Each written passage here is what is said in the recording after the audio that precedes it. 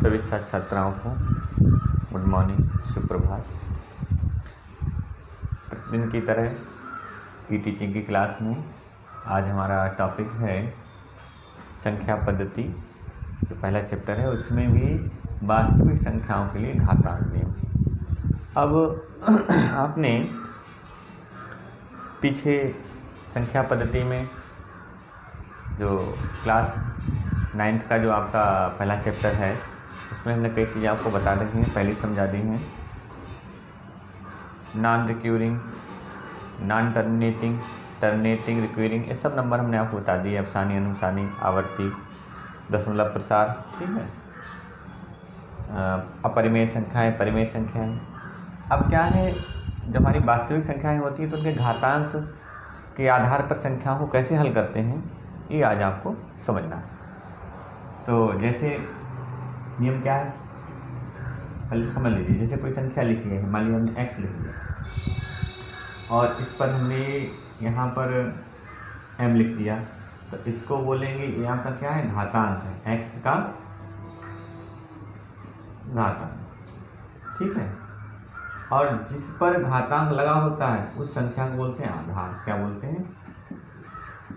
आधार। आधार x हो गया, घातांक क्या हो गया, x का m हो गया। तो घातांक वास्तविक संख्याओं में घातांक के आधार पर जब घात लगी हो तो संख्याओं को कैसे हल करते हैं, ये तरीका आप पर सीखना है। तो कुछ आप नियम जैसे देख लीजिए। जैसे हमने मान लिया हमारे पास कोई संख्या a है और इस पर m घात लगी है, और दूसरी संख्या वही है लेकिन घात क्या हो गई, इसकी m, और दोनों में क्या आ गया, गुणा आ गया, इनटू आ गया। अब क्या है, अब गुणा आ गया दोनों में, तो गुणा में क्या करेंगे, आधार समान हो तो गुणा में जब घातें क्या हो जाएंगी, इसकी जुड़ जाएंगी, तो एक की पावर क्या हो जाएगा, m प्लस n। पहला नियम। दूसरा नियम, मान लिया अब गुणा आधार समान था, गुणा में घातें जुड़ गई। आधार समान है लेकिन भाग लगा हुआ है, घटे नहीं, तो भाग में क्या होंगी, कि घातें घटेंगी, तो m माइनस हो गया। ऐसे मान लिया हमने तीसरा एक नियम लिख लेते हैं। a की पावर मान लिया यहाँ पर m लगी है और इसी की पावर n लगी हो, घात के ऊपर ये घात लगी हुई है पूरे की, तो ये घातों की आपस में हो जाएगी गुणा, m गुणा n हो गया। ऐसे मान लिया हम एक और नियम लिख लें इसको। जैसे कोई वास्तविक संख्या हमारी बटे में लिखी है, उसकी घात मान लिया n है, और इसको हम जब सीधा करके लिखेंगे तो भाग का क्या होगा, चिन्ह बदल जाएगा, a की पावर क्या हो जाएगा, माइनस n हो जाएगा। ऐसे हम आपको जैसे मान लिया आधार अलग अलग है, a की घात a ले लिया, a और a की घात m ले लिया, इनटू b की घात m ले लिया। अब दोनों घात अलग अलग है, दोनों लेकिन आधार दोनों अलग अलग है, घात एक जैसी है, और गुणा में लिखें तो हम क्या कर सकते हैं, पूरे की घात m लगा सकते हैं इस तरह से। तो इसी आधार पर हम संख्याओं को कैसे हल करेंगे। जैसे कोई एक क्वेश्चन हम आपको समझा देते हैं जिससे आप आसानी से हल कर लेंगे। क्वेश्चन है, ज्ञात कीजिए, क्या ज्ञात कीजिए,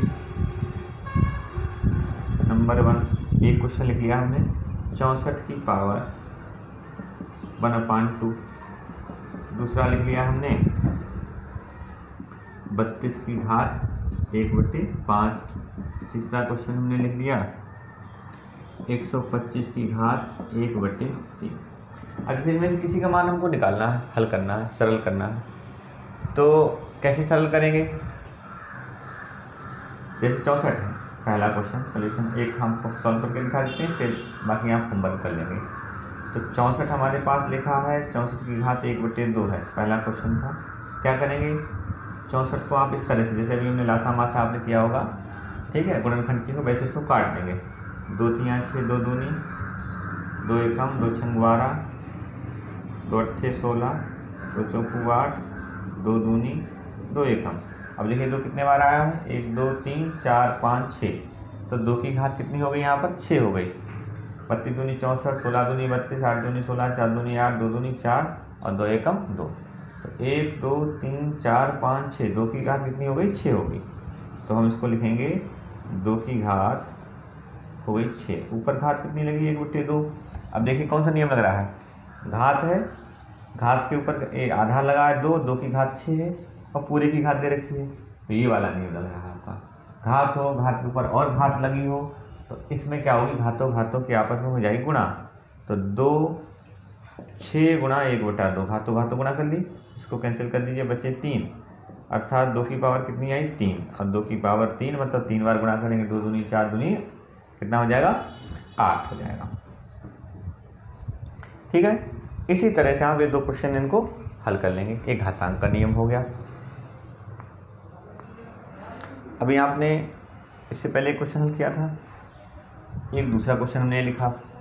इस क्वेश्चन को बिल्कुल वैसे हल करेंगे, घातांक के आपके नियम यही रहेंगे। जैसे मान लिया हम इसमें से दूसरा खंड ले लेते हैं, इसको आप हल करके दिखाते हैं। दूसरा है 32 की घात 2/5। अब 32 को आप ऐसे तोड़ लेंगे जैसे अभी बताया था। 32 को तोड़ेंगे तो आप इसको 32 तोड़ो तो 2 16 दूनी 32, 2 8 16, तो 4 8, 2 दूनी 2 एकम कितने हुए? 2 की घात 5। तो यहाँ लिख देंगे 2 की घात 5, ऊपर घात कितनी है? 2/5। फिर से देखिए घातांक का नियम, घात है, घात के ऊपर घात भी लगी हुई है तो घातों गुणा हो जाएगी। तो 2 की घात 5 गुणा 2/5, ये 5 काट दीजिए, 2 की घात कितनी बची? 2, और 2 की घात 2 करने में कितना आ गया? 4। इसी तरह से हम एक क्वेश्चन आपको दिखा दें, लास्ट वाला है, मान लीजिए चौथा। 125 की घात कितनी? -1/3। अब ये घातांक देखेंगे कैसा? ऋणात्मक है। तो जब ऋणात्मक घातांक होता है तो संख्या को हम इस तरह लिख लेंगे, इसको उल्टा करके इसका व्युत्क्रम लिख लेंगे। तो 1/125 की घात अब हो जाएगी प्लस में, अब घात हो गई प्लस में, तो फिर से 125 को आप वैसे गुणनखंड कर लीजिए। तो 125 तोड़ेंगे, 25 पंजे 125, 5 25 और 5 एकम 5, मतलब 5 घात कितनी हो जाएगी? 3 हो जाएगी। और ऊपर पहले इसको 1/3 लिख लीजिए, पहले जैसे लिखा है वैसे। तो 5 की घात 3 हुई और इसकी घात में लगी 1/3। तो 1/5 की घात 3 गुणा 1/3, ये 3 कैंसिल कर दीजिए, 1/5। ये बन गया घातांक नियम। तो घातांक नियम के आधार पर इसको संख्याओं को आसानी से इसको हल कर सकते हैं। इसी तरह से एक अन्य क्वेश्चन आपको समझा देते हैं। अब जैसे इसमें ये तीसरा क्वेश्चन है, तो इस तीसरे क्वेश्चन में आप जैसे घातांक के नियम लगाएंगे तो कौन सा लगा देंगे? ये क्वेश्चन है, कोई सा हल करके दिखा देते हैं आपको। जैसे मान लीजिए यही है पहला वाला। अब देखिए 2 की घात 2/3 और 2 की घात 1/5। अब इसको सॉल्व देखिए, आधार समान है तो गुणा में घातें जुड़ जाती है, जैसे पहला वाला नियम घातांक का। तो 2 की घात 2/3 प्लस 1/5, 1/5 दे रखा है।